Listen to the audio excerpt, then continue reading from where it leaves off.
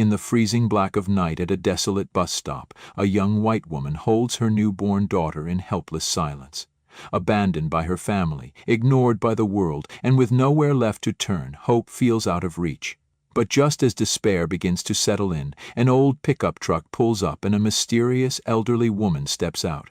When the truck door opens, the beginning of a whole new, better life is waiting to welcome them in. Before we dive in this story, do you remember the most recent time your whole family got together? Let's comment below. The snow in Juneau, Alaska, didn't fall so much as it devoured. It howled through the skeletal trees, blanketed roads until they disappeared, and pressed in on the world like a judgment.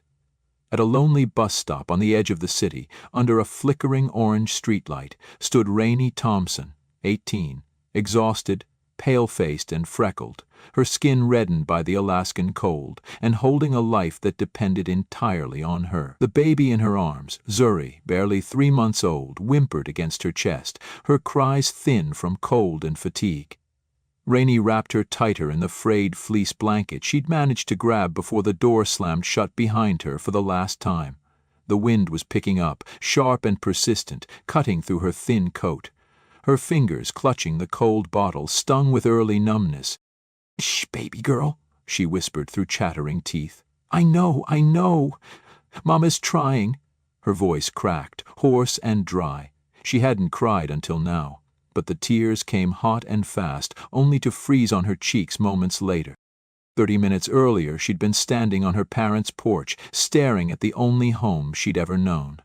They were a picture-perfect white Christian family, clean-cut, conservative, proud of their lineage. Her pregnancy didn't just break their rules, it shattered their illusion. His words sharper than the slap he didn't bother delivering. Her mother stood behind him, arms crossed, eyes filled with something that looked like guilt, but not enough to act on. Not enough to stop it. Not enough to say, "I'm sorry," not even goodbye. They didn't care that Zuri was flesh of her flesh, that Raina had made honor roll, had dreams of becoming a scientist. All of that vanished the moment her belly grew and her pregnancy, in their hyper-religious, conservative community, became a symbol of shame. She'd tried her best to hide it for months. Wore baggy clothes, kept to herself, smiled when people stared, but when the truth came out, it wasn't the scandal that destroyed her future. It was their response to it. Give her up for adoption, or get out, they said. She chose her child. But now, standing in the dark, her shoes soaked through, and her toes burning from frostbite, she tried not to think about. That choice felt unbearable. Her best friend couldn't take her in. Her parents were uncomfortable with the idea of a teen mom staying under their roof. The baby's father, a boy just like her. White, middle class, and scared out of his mind. Said it was a mistake he wasn't ready to deal with. His last text read, "Don't ruin my life with this." She hadn't replied. The bus hadn't come. Probably wouldn't. It was too late, too cold, too hopeless.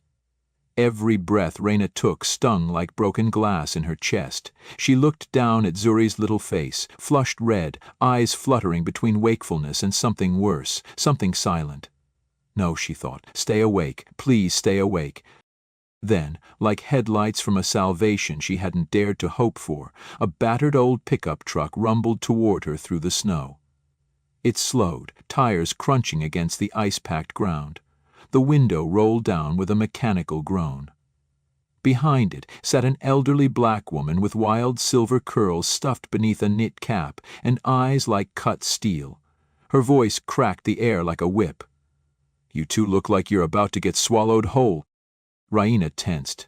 She'd had enough of looks, enough of people seeing her and her baby and deciding she didn't belong. But the woman's voice softened, just a notch, at the sound of Zuri's faint cry. "They say the storm's hitting by dawn. Tomps'll drop fast. I don't bite, but the cold will if we don't move." Still, Raina hesitated. The truck was old, dented, paint peeling. The bed was covered in a lumpy tarp, like it was hiding something. The woman wasn't smiling, wasn't pleading, just waiting. She could be dangerous, Raina thought. Then again, so was the cold. Maybe more. The woman leaned out slightly, her breath fogging the air. "Cabin's 20 miles out, but I've got chains on the tires and know this road like my own bones. Storm's coming and the night's already too cold. She won't last till morning if you stay out." It was the way she said "your baby" that cut through everything, firm, matter-of-fact, without judgment. Raina glanced down at Zuri's face, then back up. She was 17, terrified and freezing, but she wasn't reckless. With aching legs, she trudged through the snow toward the passenger door. When she opened it, a wave of warmth washed over her. Inside was strange. Crystals dangled from the rearview mirror, the dash cluttered with tiny figurines, old photographs, and dried herbs. But it was warm. It smelled like pine and something earthy, something real. Raina climbed in, clutching Zuri like a lifeline. Ellery didn't look at her, just threw the truck into gear and muttered, "Close the door, girl. Can't heat all of Alaska." The road disappeared behind them as the truck rumbled into the forest, tires crunching over patchy ice and early snow. The beams of the headlights swept through low-hanging mist, not yet thick enough to blind. Raina sat stiff in the passenger seat, her arms wrapped protectively around Zuri, who had finally fallen asleep, her tiny face pressed against her mother's chest. The warmth inside the truck was almost shocking after the bone-deep cold outside, and Raina's body began to shake, not from the cold anymore, but from the flood of adrenaline finally letting go. She glanced at the driver, Ellery Vaughn. The woman hadn't said much since they left the bus stop.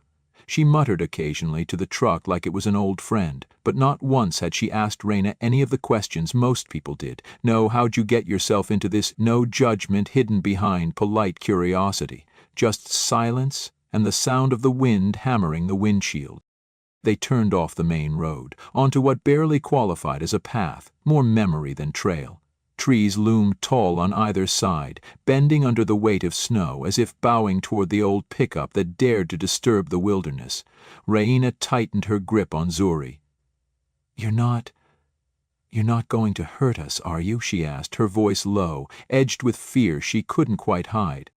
Ellery barked a laugh, not unkind, but dry as kindling. "If I wanted to hurt you, I'd have left you out there. Nature would have done the job for me just fine." Then, after a pause, "I don't hurt children, never have, never will." There was something in her tone that rooted deep in Raina's chest. A finality, a history. The kind of sentence someone doesn't say unless it once mattered more than anything. The cabin appeared like a secret between the trees. An A-frame structure tucked under a canopy of white, windows glowing warm against the freezing dark, smoke curled from the stone chimney. It looked impossibly small, but somehow alive. Ellery killed the engine. Home sweet home. Getting from the truck to the cabin was its own trial. The snow was thigh-deep in places, and Ellery, surprisingly nimble for her age, trudged ahead, carving a path without complaint. Raina followed, half carrying Zuri, feet numb and lungs burning by the time they reached the wooden porch. Ellery shoved the door open, and heat spilled out like a miracle. The inside was nothing like Raina expected. It was bigger than it looked, and stranger. Every inch of wall space was filled, shelves overflowing with books in languages she didn't recognize, bundles of dried herbs hanging from the rafters, maps, specimens, bones, crystals, and a massive work table littered with magnifying glasses, geological tools, and labeled jars. The whole place felt like a hybrid between a science lab and a witch's den, chaotic but precise, like a mind too big for neat category. "Close your mouth, girl, you'll catch flies," Ellery said, hanging her coat on a hook and stoking the fire roaring in the center wood stove. Raina stayed frozen at the threshold. She glanced around, no signs of weapons, just herbs and books. Still, every cell in her body screamed caution. But Zuri let out a weak cry, and that made the decision for her. She stepped in. Without a word, Ellery disappeared into what must have been the kitchen, returning minutes later with a bottle of warm formula. Raina stared. "How did you—" "Figured that's what she'd need," Ellery said, handing it over like it was the most natural thing in the world. "Been a while, but some things you don't forget." Raina fed her daughter, hands still trembling. She wanted to ask more, but Ellery was already back, carrying a wooden drawer lined with blankets. She set it gently by the stove. "Makeshift crib. Solid sides make 'em feel safe." Raina stared at her. "How do you know so much about babies?" Ellery's eyes flickered just for a moment before she shrugged. known plenty of beginnings and a few endings. The silence that followed was full of things not said. Rayanne didn't press, she was too tired, too grateful. "You smell like you've fought a bear," Ellery added, nodding toward the back. "Bathroom's through there. Water's hot if you're quick, generator's old." Raina hesitated. She didn't want to leave Zuri, not even for a minute. Ellery must have read her mind. "I can hold her. She's safe with me." There was no reason to trust her, no proof. But something in the woman's hands, the way she touched things gently, with reverence, made it feel less like a risk and more like a reprieve. Raina whispered, "Her name's Zuri." Ellery smiled for the first time. "Zuri. That's a strong name. Hello there, little wildflower." The shower was heaven. Hot water and soap felt like magic, like being allowed to shed the worst day of your life. When she returned, wrapped in an oversized shirt and flannel pants that didn't fit but felt like clouds, Raina found Ellery singing softly to Zuri. It was some folk song Raina didn't know, about mountains and rivers and time. Zuri had fallen asleep in the woman's arms, peaceful in a way Raina hadn't seen in weeks. "There's food on the table," Ellery said without looking up. "Nothing fancy, soup and bread." It tasted better than anything Raina could remember. She ate slowly, watching the fire, listening to the wind claw at the walls outside. When she was done, she looked around again. Her eyes landed on a blue-painted door, slightly chipped, with a small hand-lettered sign nailed to it. "EMVV, do not enter." "Who's EMV?" she asked before she could stop herself. Ellery didn't answer at first, just tucked the blanket tighter around Zuri. Then, without turning, she said, "No one you need to worry about." Her voice had changed, flat, final. Rainey understood. The question was over. "You'll sleep there," Ellery said, pointing to a daybed in the corner. "I'm through that door. I sleep light, so don't try anything stupid. And don't thank me yet. You haven't seen how weird this place gets." Later, after Ellery had turned in and the fire glowed low, Raina lay under a quilt that smelled faintly of pine and tobacco, listening to the storm rage outside. Zuri breathed evenly beside her in the draw crib, and for the first time in days, Raina's shoulders dropped from her ears. She didn't know what tomorrow held. She didn't know who Ellery really was, or what secrets lived behind that blue door. But right now they were warm, they were alive, and that, in the middle of the Alaskan dark, was enough. Morning came slow and gray, barely a whisper through the frost-fogged windows. Raina woke to the creak of floorboards and the smell of something warm, oats and cinnamon maybe, or whatever passed for breakfast in a cabin that looked like it belonged in both a science museum and a fairy tale. Zuri stirred beside her in the drawer crib, blinking up with those deep, dark eyes like the world had never hurt her. Raina kissed her forehead, heart swelling with something heavy and strange. Gratitude, confusion, fear. She wasn't used to kindness without cost. Ellery was already at the stove, her silver hair tied back in a low, messy knot, humming low and tuneless as she stirred a pot. She glanced up when Raina padded over in the two big flannel pants and socks that slid halfway off her heels. "You're up. Good. You can earn your keep." She handed Raina a broom with zero ceremony. "I'm not running a damn hotel." Raina blinked, then gave a tired half-smile. "I thought maybe you were a fairy godmother." Ellery snorted. "I'm allergic to tools, sweep." And so it began. The days blurred into one another like snow drifting over a road that used to have lines. Outside, the storm didn't let up. Wind screamed through the trees, and the world stayed locked in ice. But inside the cabin there was structure, rhythm, even purpose. Ellery had rules. Chores in the morning, meals at regular times, quiet during her writing hours, and under no circumstances was the blue door to be opened. She didn't shout, didn't scold, just looked at you like you were wasting her time. And somehow that was worse. But she taught. God, she taught. She showed Raina how to split firewood and which types of wood burned slow and hot versus fast and wild. She explained how to stock the stove without suffocating the flame, how to boil water even if the power failed, how to make tea from wild herbs that could ease fever or soothe a baby's stomach. Everything Ellery did seemed woven with knowledge, deep, lived-in wisdom that came not from books, but from doing. And Raina, to her surprise, learned fast. Zuri flourished in the warmth and quiet of the cabin. She started smiling more, cooing at shadows on the wall, tracking movement with sharp curiosity. Ellery claimed it wasn't gas. She knows her person. That's you. She's responding to recognition. Raina began to believe it. She spent her evenings curled in the armchair by the fire, feeding Zuri or folding laundry, while Ellery scribbled in thick leather-bound journals with a fountain pen that looked older than both of them combined. One night, curiosity got the better of her. "Are those your research notes?" Ellery didn't look up. "Some of them, observations, field data, climate records." "You're a scientist?" Was, she underlined something with a thick slash. "Professor of Arctic Biology, University of Fairbanks, retired early." "Well," now Ellery looked up, her gaze sharp but not unkind. "Because the suits wanted grant money and headlines. I wanted truth." She tapped her pen on the journal like a heartbeat. "Changes that should take centuries are happening in decades. I've been documenting it for 30 years. Nobody listened back then. Now they're panicking." She turned the page. "Too late, maybe." The words hit Raina harder than she expected. There was something tragic in them, not just the science, but the woman behind them. Like she'd once been part of something greater, only to be cast out for refusing to compromise. That night, as the wind howled and the walls creaked like old bones, Raina lay in bed staring at the ceiling, Zuri asleep beside her. She thought of her parents' faces when they'd told her to leave, the way her mother had looked away, the shame in her father's voice, not at what they'd done, but at what she was, no daughter of mine.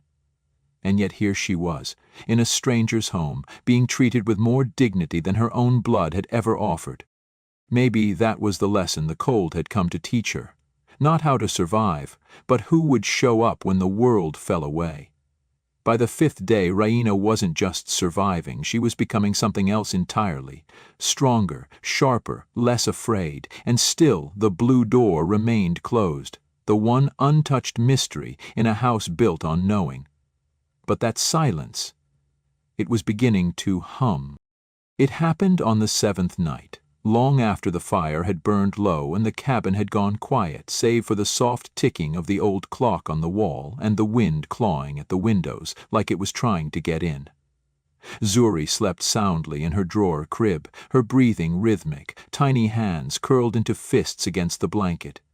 Raina had just returned from checking the fire one last time when she noticed it. Ellery's bedroom door was slightly ajar. That was unusual. Ellery never left it open, not even a crack. And across the room, the blue door still stood silent and closed, but something about it felt different tonight. Charged, like it was watching her. She knew she shouldn't, knew the boundaries had been made clear from the beginning, but curiosity had weight, and tonight it pressed harder than ever. She crept quietly across the creaky wooden floor, pausing every few steps to listen. Nothing stirred. Her breath was shallow. Her hand trembled as she reached out and touched the cool brass knob. It wasn't locked. The door opened with a soft groan, revealing a room sealed in time, yellow walls hand-painted with faded forest animals. A wooden crib, dusted but intact, stood in the center like an altar. A rocking chair sat in the corner, an afghan draped across its back. The shelves were lined with children's books, their spines softened by age. Everything was pristine, preserved, untouched and yet deeply lived in. But it was the photographs that stole her breath. Silver frames lined a small dresser, pictures of Ellery, decades younger, holding a baby swaddled in a pale blue blanket. The woman in the photo looked different. Brighter, undone in the way only new mothers can be. Joy radiated from her eyes. Real, raw, infinite. Raina felt something tighten in her throat. She turned toward the door, guilt already rising in her chest, and froze. Ellery was standing there. She didn't speak, just looked at her, expression unreadable, her eyes two shards of winter sky. The silence stretched long and taut, filled with the weight of too many memories. "I'm sorry," Raina whispered. I shouldn't have. Ellery raised a hand, not angry, just tired. It's done now. She stepped into the room, not like a woman reclaiming her space, but like someone entering a sanctuary. Her fingers brushed the crib rail, straightened a stuffed bear, adjusted the Afghan with a tenderness that made Rainier's chest ache. You had a daughter, Raina said softly. Ellery nodded. Eleanor. Born July 14, 1986, 7 pounds exactly, 3 hours of labor. Her voice was hollow, measured, like reading from a textbook to keep from drowning. She had my eyes, but her father's mouth, not that he ever saw it. What happened? Raina asked, not sure if she had the right. Ellery sat down in the rocking chair and held one of the framed photos in her lap. We had 3 beautiful years. I took a quieter teaching job. We lived in town during the week, came here on weekends. She was smart. So damn smart. Knew the names of birds before she could write. Talked to the trees like they were friends. Her voice cracked. The winter she turned 3, we came here for Christmas, just like always. A storm hit, she caught a cough, nothing major at first. I gave her tea, kept her warm, but it got worse, fast. By the time I realized it was more than a cold, the roads were gone, power was out, phone lines dead. I wrapped her up and tried to drive out. We didn't make it. She didn't cry. She didn't need to. Her silence was sharper than any sob. I sang to her until her breath stilled. I thought it was just a fever, like before. I thought I could fix it. Raina's hand went to her mouth. She felt the breath leave her body. She thought of Zuri. Tiny, defenseless, warm in the same crib now. She couldn't imagine it. Didn't want to. It wasn't your fault, Raina whispered. I thought I could do it all alone, Ellery replied. Thought I was proving something. Instead, I buried her. The room was still again, the kind of still that settles deep in your bones. I haven't let anyone in here since, she added. Until now. I didn't mean to pry, Raina said, stepping back. I felt something. Ellery looked up at her, and for the first time the ice in her eyes cracked. Maybe she sent you. They didn't speak after that. They didn't need to. Ellery stood, set the photograph back in its place, and gently closed the door behind them. That night, as Raina fed Zuri beside the fire, Ellery sat in silence, watching the flames. And for the first time Raina understood the woman who had saved her. Not a recluse, not just a scientist, but a mother, who had once lost everything and still found the strength to open her door again. The storm broke on the 10th day, not with ceremony but with quiet, like the wind had grown tired of screaming. Morning light filtered through the windows in slanted gold, touching everything with warmth that felt almost fragile, as if the world outside had finally exhaled. The snow still blanketed the landscape, thick and unforgiving, but the air held a softness, a suggestion of change. Inside the cabin, Renee woke to a silence that was no longer suffocating, but full of possibility. Ellery was already up, crouched beside the wood stove with a journal open on her knee, sketching something with rapid precision. "Storm's done," she said without looking up. "Thomas used to be one of my field assistants. Smart man. Lost his wife last winter. Brings what I can't grow or find." Thomas. Raina remembered the name from passing mentions. A man who brought things Ellery couldn't gather on her own. A man she trusted, which meant something. Raina shifted Zuri in her arms and sat near the fire, watching her daughter bat at the air, making the tiniest sounds like she was trying to speak the language of light. Later that afternoon, as the sun climbed higher and the world dripped with slow thaw, the distant drone of a snow machine grew louder until it finally broke into view through the trees. Thomas arrived in layers of heavy winter gear, tall and quiet, with the kind of calm that belonged to someone who'd spent his life respecting wild places. Native Alaskan, maybe late 40s or early 50s, with kind eyes and strong hands, he greeted Ellery with a nod and Raina with a curious glance, but no questions. "You the girl Ellery mentioned," he said, his voice low and steady. "The one with the baby?" Raina stiffened instinctively, ready for judgment, but he just smiled and reached into his pack. My wife sent this." He pulled out a small stuffed polar bear, worn but clean. She said no baby should go without something soft to hold. Raina blinked. The gift was simple, but it undid her more than she expected. "Thank you," she managed, her throat tight. They unloaded supplies, while Ellery and Thomas moved around each other with an ease that spoke of old friendship, no wasted movements, no need for words. Later, over mugs of black coffee that Ellery declared almost drinkable, Thomas shared updates, roads reopening, community shelters closing, the worst of the cold behind them. Then, almost casually, he added, "Ran into someone in town yesterday, couple, early 60s, said they were looking for their daughter, about 17, baby named Zuri." Raina froze. Thomas looked at her gently. "Sound familiar?" Her heart thudded in her chest, too loud, too fast. "My parents," she whispered. Ellery said nothing, her face unreadable. "They said they made a mistake, been searching for you since that storm hit, thought you might have, you know." He didn't finish the sentence. He didn't have to. Raina stood slowly, eyes on the floor. "They cast me out like I was filth," she said through clenched teeth. "Now they want a second chance just because I survived?" Thomas nodded. "Didn't think you would, but they're in town, at the church, left this." He handed her a folded note. The handwriting was unmistakably her mother's, neat, careful, desperate. Raina didn't open it. She just held it like it might burn. That night, after Zuri fell asleep, Raina stood by the fire, staring into the flames. "They threw me out," she said quietly. "Told me I wasn't their daughter anymore. Said I was a stain on their faith." Her voice broke. "Now they want to pretend it didn't happen." Ellery didn't interrupt. She just listened. "I don't know if I can forgive that," Raina whispered. "I don't know if I should." Hendry moved closer, her presence a kind of anchor. "You don't owe them anything," she said, "but sometimes people change, not because they're good, but because losing something makes them realize what mattered."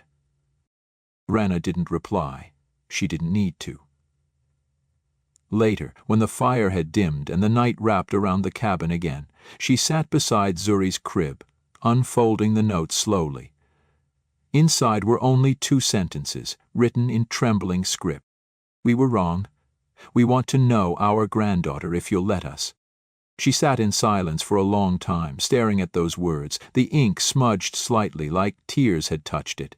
And in that moment, Raina realized something deep in her bones. Forgiveness wasn't a gift for them. It was a choice. For herself. But it would be on her terms. Spring didn't arrive in the mountains with fanfare. It came in quietly, like it was asking permission to stay. The snow melted in patches, revealing stubborn grass and muddy paths, and the sun lingered just a little longer each day. Inside the cabin, things shifted too. Raina had stayed longer than she ever imagined. What began as a desperate escape had transformed into something resembling a life. With Ellery she'd found rhythm, knowledge, and a sense of home that didn't demand she shrink herself to fit. But home, she was learning, wasn't just one place. It was the people who showed up, stayed, grew with you. And it was time to build something new. One late March morning, Ellery handed Raina a folded map and a small brass key. "There's a house in Sitka," she said plainly. "Been in my family since the ADS, near the water, 2 bedrooms, decent distance to the university and research centers." She paused, then added, "Could be a good base." Raina stared at the map, then at Ellery. "You're saying we should move?" "I'm saying it's time," Ellery replied, her voice steady. "You need to study. I need access to better labs, and Zuri needs more than trees and my ramblings about lichens." They packed over the next few weeks, not to leave the cabin behind, but to carry its lessons with them. By early May, they'd relocated to Sitka, a small coastal city hugged by ocean and forest, where gulls circled overhead and the scent of salt filled the morning air. The house was modest but warm, the kind of place that felt lived in within days. Raina enrolled in the environmental science program at the university. Ellery found part-time lab work and slowly began integrating her decades of observations into academic archives. Zuri started attending a local child care center, her days filled with new faces, new games, and endless questions. but they never left the past behind. Every weekend, without fail, Raina packed Zuri into the car and drove the few hours back to the valley, to the home where her parents now waited. Not with judgment, but open arms. Her mother always made too much food. Her father always had a new toy or book for Zuri. They had changed, not perfectly, not instantly, but honestly. There was space now for laughter that wasn't forced, space to sit at the same table and be a family again, even if the shape of that family had shifted. On holidays, Thanksgiving, Christmas, Easter, they all came together, Raina, Zuri, Ellery, and her parents. Sometimes Thomas joined, too, bringing fresh bread or smoked fish, stories of the North and quiet wisdom. They ate, told stories, played games on the floor with Zuri giggling in the middle. And when the meals ended and the fire crackled low, Raina would sometimes catch her mother watching Ellery with something like gratitude in her eyes. No words were ever exchanged about it, but they didn't need to be. Raina still studied late into the night. Ellery still muttered to herself while organizing research samples. Zuri still reached for the stars from her bedroom window. But now everything had a center, a life remade. Not by forgetting the past, but by choosing who and what to carry forward. Join us to share meaningful stories by hitting the like and subscribe buttons. Don't forget to turn on the notification bell to start your day with profound lessons and heartfelt empathy.